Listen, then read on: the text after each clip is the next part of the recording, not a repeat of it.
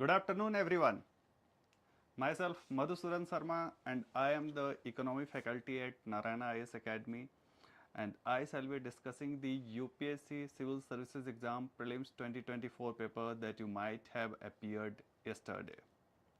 So please share with me how was your paper, how was your experience, especially with respect to economics, and you can share your in general experience as well. Uh, in general, there are certain changes that I have observed. I shall share that with you in this session as well.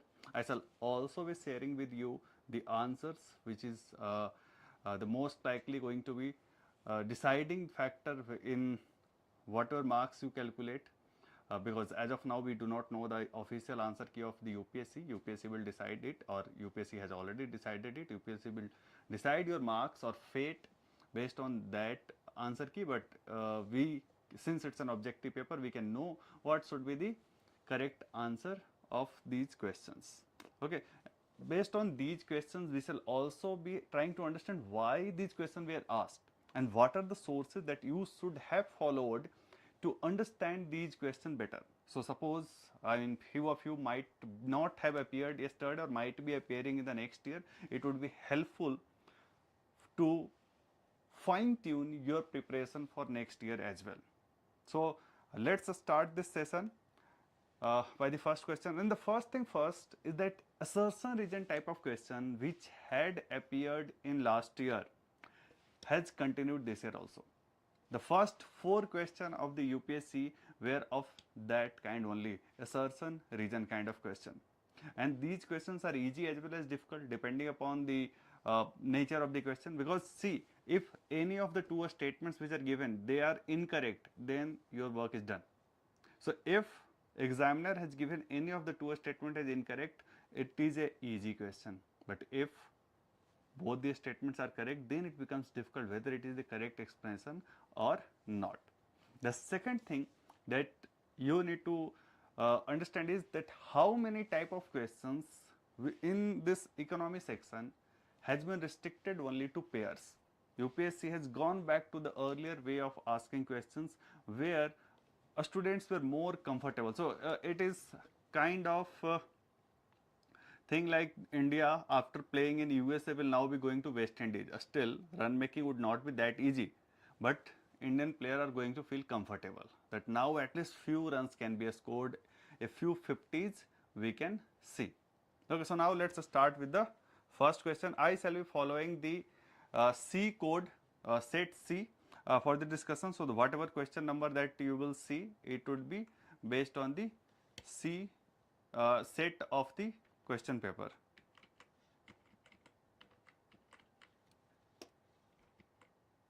Okay, so that's the first question. It is about whether India import apples from USA or not. So what do you say? Does India import apple or not? So see, you, for answering this question, you need not actually have studied the economics. If you have a practical observation skill, then you can answer this question. Okay. So for example, these kind of glossy apples you must have seen on the stores. Okay, and see, for me, I mean these stickers that you are seeing in the screen, these stickers usually mention these are Washington apple or some other areas apple. And there is also one good one thing about the Washington apple, which primarily we import from USA, is that they apply wax on the apple. Wax improves its look. At the same time, the wax improves its shelf life as well. So that's why Washington apple is available throughout the year. So that's how it gains an advantage over the other players which are exporting apple to India, or even the Indian producers which are supplying apple to India. The next thing is that if you have not been observant enough, you can be studious enough. So in that case, like last year also it was in news that the government, when Prime Minister Modi visited USA, the government reduced the additional duty on import of apples from USA. That was the 20% duty which was reduced. For that reason, it was in news because opposition has criticized, obviously opposition criticized all the move. So Because of that reason, it was a news. So if you have followed that news, then also you could have answered this question. And if you follow this news that yes, India import, the question says India does not import, first statement is wrong, we get our answer. As soon as first statement is wrong, the answer is D. A statement 1 is incorrect, a statement 2 is correct. But हमें statement 2 को देख लेना चाहिए. Let's see what is written in the statement 2. In India, the law prohibits the import of genetically modified food without the approval of the competent authority. This statement is correct, and that competent authority is GEAC, Genetic Engineering Appraisal Committee. It was in news a few years ago. So you got to have a knack of reading newspaper. You got to be a little observant around yourself as well. This is what UPSC expects from you. Let's move to the next question. Next question is again a assertion region kind of question. The question number 7 is from the set C. For other students, it could be different question number. Statement 1, recently Venezuela has achieved a rapid recovery from its economic crisis and succeeded in preventing its people from fleeing, emigrating to other countries. See, I usually teach this as one of the problems, how economic mismanagement can happen, or how a lot of resources, this is also known as one concept that I teach in the class, Dutch disease, whereas a resource rich region goes through economic crisis. So it's like a lot of resources, there is a curse because of plenty of resources. Okay, and this phenomena, while teaching this phenomena, we also take the example of Venezuela. It has the highest oil reserves in the world, and still it is going through economic crisis because the whole of the economy was dependent on oil. And when oil prices went down around 2012, 13 and 14, at that point of time Venezuela went into the crisis, and that crisis is still continuing. So I mean, the crisis is still continuing. The first statement says it's achieved a rapid recovery from the economic crisis. So here itself it is wrong. Yes, Venezuela has the world's largest oil reserve. This we also study in geography. I mean, in geography you remember which are the countries which have highest oil reserve, which have highest coal reserve, which are the countries which have highest exporter of oil, coal, importer. These are the facts that you are expected to memorize. If you have memorized, well and good. If you haven't, then you should do it now. Okay, so it seems that there is a problem in visibility. I will change the color.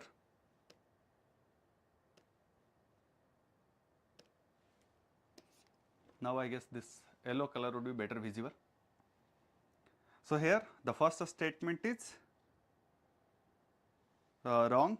So we get the answer as D. Statement 1 is incorrect, but 2 is correct. Let's move to the next question.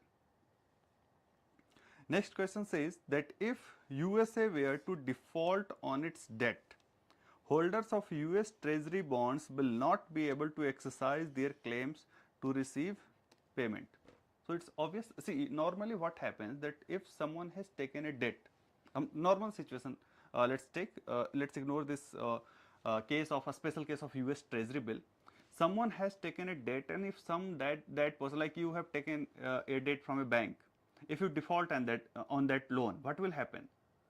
The bank usually takes something as collateral. Say if you have taken house loan, your house is collateral, and the bank sells that house and recovers whatever money it can. For example, Vijay Mallya was not able to repay the debt. What the banks did? Bank took control of Vijay Mallya's house, Vijay Mallya's villa, Vijay Mallya's airlines, etc. Tried to sell it, tried to recover some amount.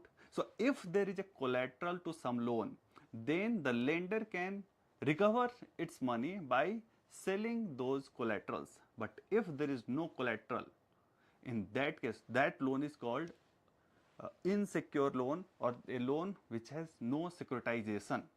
So in that kind of loan, the lender usually loses its money. So that is the case with treasury bill, because in case of treasury bill, the guarantee is that of sovereign guarantee, the guarantee of the government. It is based on the faith. There is no hard currency or hard asset like gold or any property which is used as a guarantee. Now let's look at this question. Obviously, if US defaults, then those who are holding the bond, these are the lender, they are going to they are not going to receive the payment. So this statement is correct. What is the reason? Because the reason is USA government debt is not backed by any hard assets like gold, but only by the faith of the government, and the government has decided not to repay or to default for whatever reason. That reason is beyond the jurisdiction of this question. Okay, so this is also correct, and this is the correct explanation as well. So our answer would be A, that both the statements are correct, and statement 2 explains statement 1. Now let's move to the next question. If you have any doubt, you can ask your doubts as well. Either you can ask in the live question, or those who will be watching it in recorded form, you can mention your doubt in the comment section. Next question is about syndicated lending. So it is what you need to understand, what is syndicated lending. So syndicated lending simply means that if multiple borrowers multiple lenders have come together. It happens usually in case of large infrastructure project, because the amount of money required is huge. Say suppose 1,000 crore is required to build an expressway, or sometimes it is 8,000 crore, 10,000 crore. In that case, usually one bank is not in a position to lend 1,000 crore or 8,000 crore to a company. So what happens that 3 or 4 banks will come together, and they will say lend 200 crore each or 300 crore each, or in so proportion. So this is called syndicated lending. Syndicate usually means, normal English meaning is a group. Okay. So obviously it spreads the risk of borrower default across multiple lenders, because there are multiple lenders involved. So the risk also gets spread towards multiple lenders. It's an obvious thing. This statement is correct. The syndicated loan can be a fixed amount lump sum of funds, like as I have given in the example, 1,000 crore rupees is required. So this is usually towards fixed capital acquisition or for implementation of any project. Or suppose someone has taken a loan to run its airline business. So first he will require money to buy aeroplane, maybe 8,000 crore, or say 2,000 crore would be required to buy 50 aeroplane. But then to run aeroplane also he would require some working capital to pay the salary, to buy the fuel, etc. So for working capital there is something called credit line is given. Credit line is like your credit card, where there is a upper limit which is given to you. Say there is a limit on your credit card, say 5 lakh rupees. So up to that limit you borrow every month, and then you repay it every month. This could be every month, or this could be every quarter, this could be every 6 years, or every year also, depending upon the need of the business. Okay, so the statement is saying that in case of syndicated loan, you can have this lump sum kind of loan, but you cannot have that credit line kind of loan. This statement is not correct. Common sense also suggests that if the sum required is too much, then the working capital loan can be given in the form of syndicated loan. So this statement is incorrect. As soon as we got that statement 2 is incorrect, our answer is there that statement 1 is correct, but statement 2 is incorrect. C is our answer. Chalo, let's move to the next question. Next question. Now we are done with assertion written kind of question. These are the usual traditional type of question from here onwards. It is a sovereign currency issued by the Reserve Bank of India. The question is about digital rupee, which is also known as e-rupee or digital currency. Okay. And like I have also uploaded one video on my YouTube channel on this sovereign currency or a digital rupee, and this is like nutshell. If you simply understand, it is simply it has all the characteristic of cash, the hard cash that you might be holding in your purse. Plus, the one difference is that you are not holding in your physical wallet, rather you are holding it in your digital wallet, which would be in your mobile phone. You cannot touch or feel it because it is in your mobile phone. You can see it, or it has the same, like there is denomination, There are 10 rupees note, 20 rupees note, 100 rupees note in case of physical currency, and there are denomination in case of digital currency also. All the trades are same. If you have this understanding, you can answer this question very easily. It is sovereign currency, yes, it is issued by the RBI, issued by the Reserve Bank of India in alignment with its monetary policy, correct? Then it appears as a liability on the RBI's balance sheet. So, like a physical currency, there is something like written like the RBI promises to pay the bearer a particular sum of money. So, since RBI promises to pay, it means it's a liability on RBI. What is liability? Liability is that you have to pay something in future. So, all the currency issued by RBI is liability on RBI balance sheet. So, like the physical currency is liability, so is the digital currency. So, this statement is correct. It is insured against inflation. Nahi. When we teach inflation, the first thing that we teach is that in case of inflation is reduction in purchasing power of money. If you have 100 rupees today, its value would be only around 94 rupees or 90 rupees next year, because there is 6% or 10% inflation. So, the value of that money would reduce by that same amount. So, whatever happens with physical cash, the same will happen with digital money. So, it is not insured against inflation. Next, it is freely convertible against commercial bank money and cash. Yes, this is also true. You can simply deposit it in your like normal cash, you can deposit it into your bank account. So is digital cash.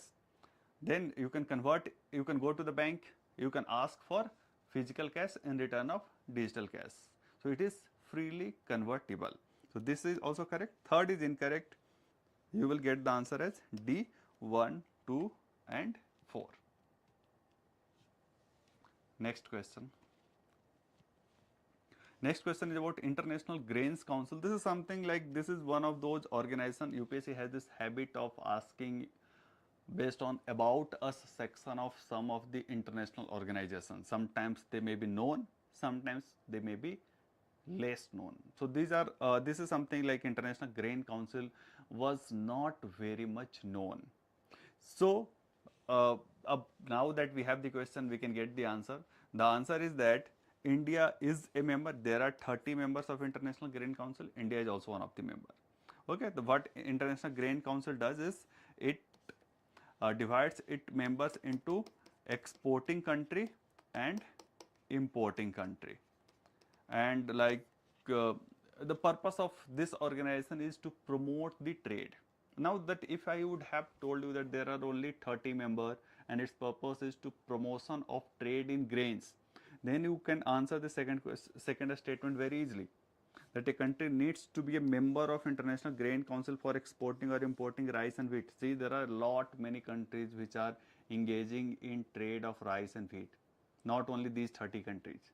So it is practically not possible that all the trade of wheat and rice is only done by 30 countries. In fact, the second biggest exporter of rice, Thailand, is not member of International Grain Council.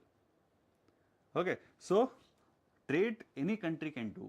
It is like felicitation of trade. Even like WTO. WTO is for trade organization, but it is not necessary for all the country to become a member of WTO to engage in trade.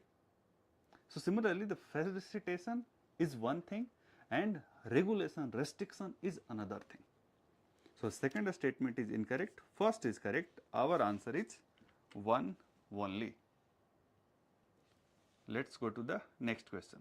All of those who are watching the video, please like this video, share it with your friends who wants to understand why a question is right or why a question is wrong.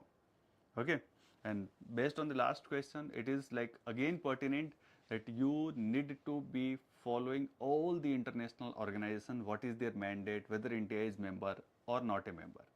Okay, where is its headquarters, that is also a factual information that you should try to memorize. Next question is about total fertility rate. UPSC has already asked about infant mortality rate. What is IMR? The definition of IMR it has asked. And like if you prepare the PYQs, you try to prepare the related questions, related topic as well. So it was natural that the next thing that can be asked is TFR. You got to also prepare about MMR, maternal mortality rate. Okay, death rate, birth rate, what are their definition? These are the basic things, terminologies whose definition you must memorize. Let's see what is the definition of total fertility rate. Its definition is what is written in D. It is the average number of live births a woman would have by the end of her childbearing age. So it is calculated for every woman that throughout her life, how many children she will give birth to. This is total fertility rate, like per woman, how many children are there. Okay, and it was also in news because something of this kind is always in news. Okay, this is the debate which was in the election year, one way or another. I am not saying that this debate should take place, but unfortunately this debate takes place. And then but all daily newspaper like Hindu, Indian Express, they come up with various articles from both sides of the argument that what is the rational behind increased fertility rate. Someone say that it is religion, someone say that there are socio-economic factors. So in society paper also, when you prepare for mains, you prepare answer for this question definitely. So it is said that for preparing mains, you automatically prepare prelims. So these are one of the few questions which you could have answered if you could have prepared for mains as well. Next thing is like what is there are other concepts related to total fertility rate as well, like replacement level of fertility rate that India has already, like many states of India has achieved, which is say that TFR of 2.1 is replacement fertility rate. So this is something that you should understand and prepare. Let's go to the next question. Next is about non-banking financial companies, in short NBFC. So RBI and its regulations are very important.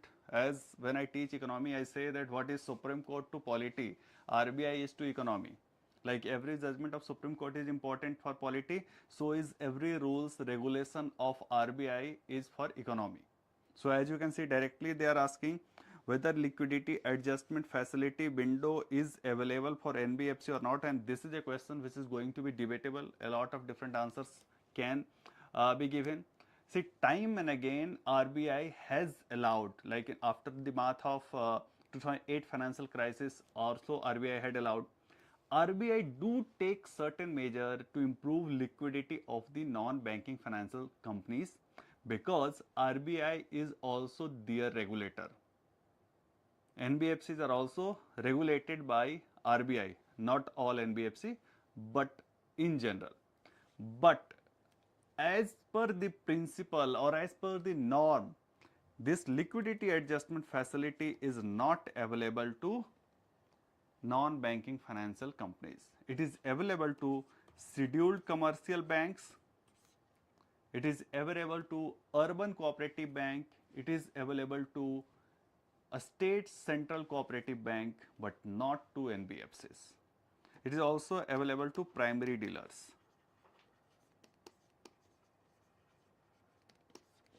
Okay. Then in India, foreign institutional investor can hold government security. This is correct. Foreign institutional investors and even retail investors can hold the government securities in India. Okay, so second statement is correct, first is not correct, answer is 2 only. Let's move to the next question. Next question is again, who can hold the corporate bond and government security? So sort of related to the previous question. Or last question, you have already seen that foreign institutional investors.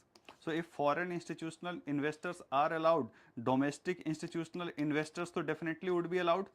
And who are the domestic institutional investors? Insurance companies and pension funds.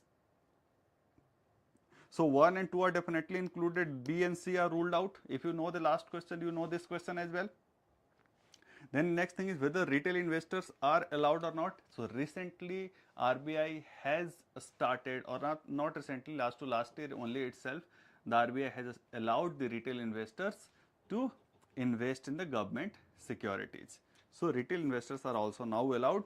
Answer is D, 1, 2 and 3. The RBI has also started a dedicated portal. It has a e-Kuber portal on through which people can invest in the government securities.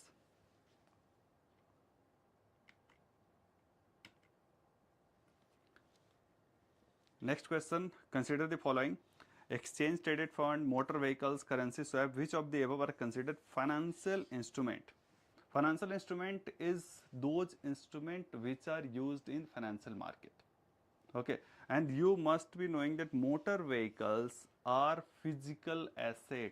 These are not financial. Financial assets are check, FD, futures, derivatives, the equity, debt. These are the financial instrument which are traded or used in financial market. Motor vehicles are not a financial instruments. First of all, you will rule out two. B and D are ruled out, eliminated. After that, you have to take a choice between 1, A and C. 1 is there in both. Exchange traded fund. We need to understand what currency swap is. It is also a kind of derivative instrument. See, if you have to understand currency swap in layman terms, I will first give you a technical definition as well, which is you can find on good website like Investopedia. A derivative contract that involves trading interest, payment and sometimes principal in different currencies. A bit difficult to understand.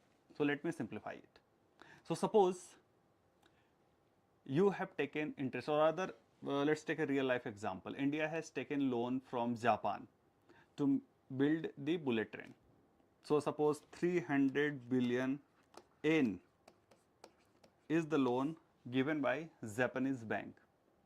Now what will happen, that the loan is for 50 years. Today 1 yen is say equal to 0.5 rupee. So effectively we have to return 150 billion rupee. But tomorrow it may happen that 1 yen can become equal to, or rather 50 years later 1 yen can be equal to 1 rupee. So what Japan is saying, that I am giving you a very cheap loan, 0% interest rate. I am giving you 300 billion yen today. You return me 300 billion yen after 50 years. India is very happy. But suppose after 50 years what happens, that 1 yen is equal to 10 rupee. So for Indians, we would not have to return 150 billion rupees. Rather, we would have to return 3000 billion rupees. Why? Because simply our currency has depreciated with respect to the other foreign currency. So we would like to reduce this risk. This is called exchange rate risk. So any borrower would like to reduce this exchange rate risk, and the way of reducing this risk is to do currency swap. We can have an agreement between the two countries or between the lender and borrower that at this particular rate. We can also have an agreement today itself that 50 years later we would swap our currency at the rate of say 1 yen is equal to 0.75 rupees. Irrespective of the exchange rate at that point of time, we can have such an agreement today itself that we will swap this much of currency at this exchange rate. This is called currency swap. Again, this is a kind of derivative instrument whose prices, or rather an agreement whose prices is dependent on the other financial instrument. And these are, the question तो सिर्फ यही पूछ रहा है ना. The question is simply asking which are financial instruments. So currency swap is a financial instrument. It is used in the financial market. So the answer is C, 1 and 3 only. Now let's move to the next question. These are match the following kind of question, and here in match the following they have asked how many, like you have to count. You need not know the exact which is right or wrong. You need to know how many of these are right or wrong. So let's see. Sectors of Indian economy, or like this is very basic question. Basics of economy you will start here only. When you start macroeconomy, first of all you understand the sector of Indian economy, like a storage, marketing, etc. These are the things which are not part of secondary sector, rather tertiary sector. Tertiary sector, which is also known as service sector. In manufacturing, you produce a good. When you are storing something, you are not producing any good. It is a service that you are providing. Someone has produced a good, it needs to be stored. Okay, so it's a service. First is wrong. Second is dairy farm. This is a primary sector. Primary sector by definition is something which is produced from nature. Okay, like agriculture, dairy,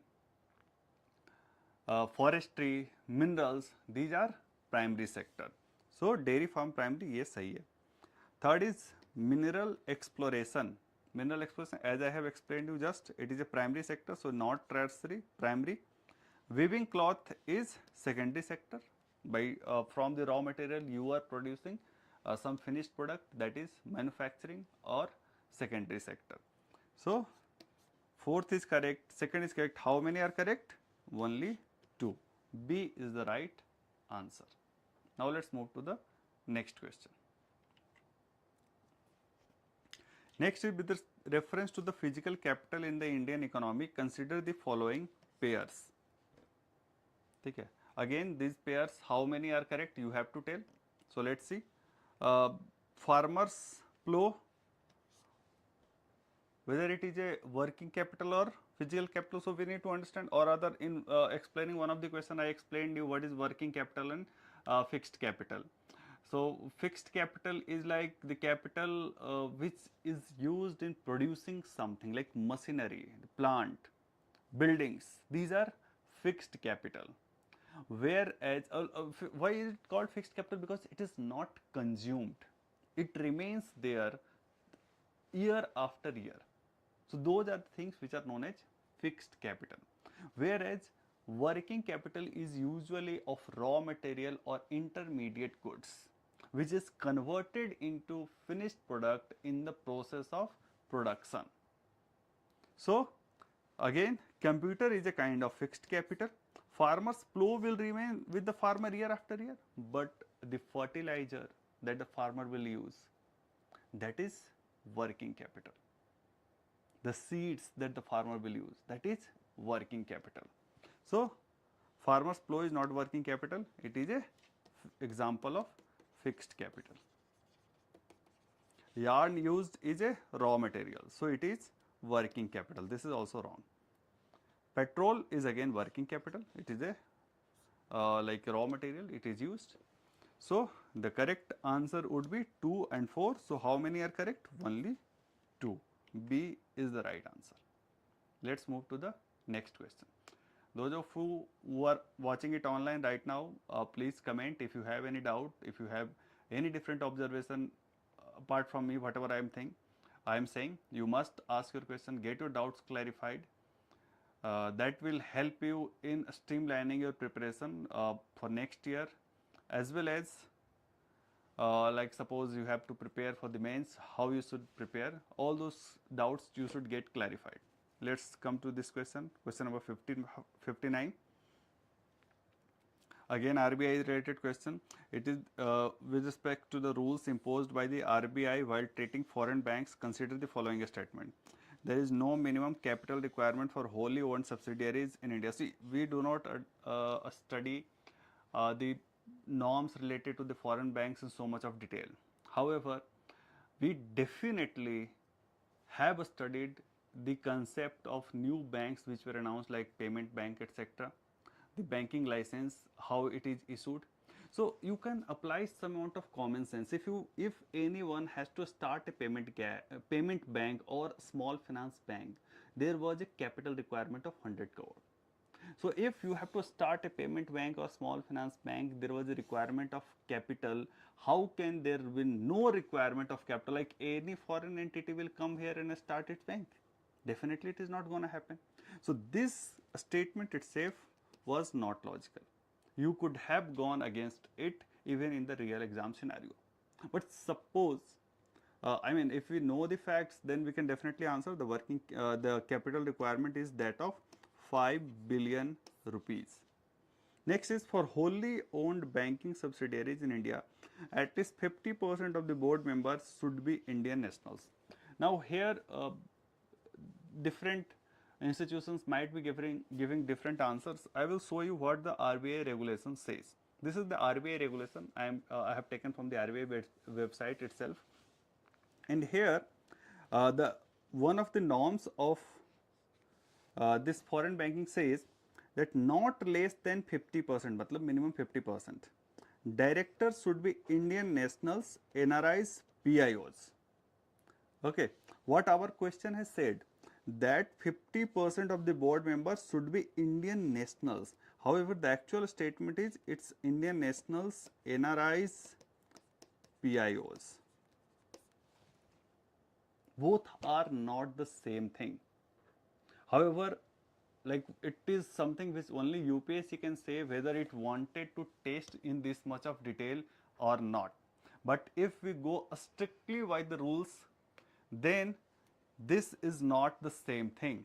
50% of Indian national means 50% should be Indian citizens, whereas the real scenario is that Indian nationals, NRIs and PIO combined should be 50%. Okay, so in my opinion, this statement should be wrong. Second is wrong, first is wrong, so D should be the answer. However, I would still say that if the intention of UPSC is not to test this much of detail, rather they only want to test that there is requirement of like 50% of director being related to India.